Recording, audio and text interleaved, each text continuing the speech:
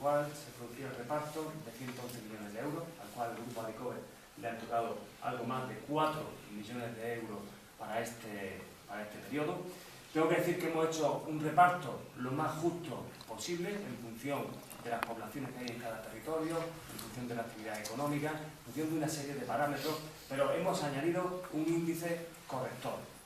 para ser más justos y ser más solidarios los que más tienen con los que menos tienen. Por eso, aquellas comarcas que tienen mayor índice de ruralidad han tenido un poco más de ayuda que el resto de comarcas. Es un momento importante en el que nos encontramos ahora, en este caso 1.225.000 euros.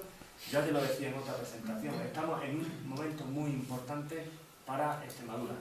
porque están saliendo convocatorias de ayuda como consecuencia del inicio del programa de desarrollo rural. Si a estas ayudas que estamos sacando a través de los grupos Acción Local, que una vez que hayan salido las convocatorias de los 24 grupos, serán más de 30 millones de euros a disposición del mundo rural, le sumamos también las ayudas que estamos sacando para los incentivos agroindustriales, que son más de 20 millones de euros, la última convocatoria. Si le sumamos también los 4,5 millones de la ayuda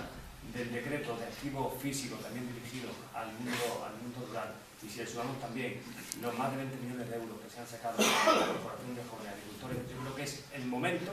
ideal para hacer cosas en el mundo rural y conseguir los objetivos que nos planteamos desde el Gobierno, pero también desde cada uno de los municipios de nuestra comunidad autónoma. Como ya he comentado anteriormente, esta primera convocatoria se abre por 1.225.000 euros, distribuido en las siguientes submedidas. Por una parte, en inversiones en transformación y comercialización de productos agrícolas, 325.000 euros, inversiones en la creación, desarrollo de empresas y actividades no agrícolas en zonas rurales, 700.000 euros,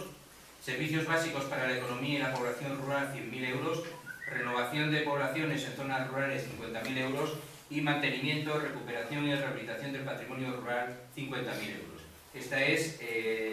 la distribución que en esta primera convocatoria la Junta Directiva de Adicover aprobó y a la cual, como digo, se pueden presentar todos los distintos proyectos que puedan ir surgiendo en estos próximos semanas.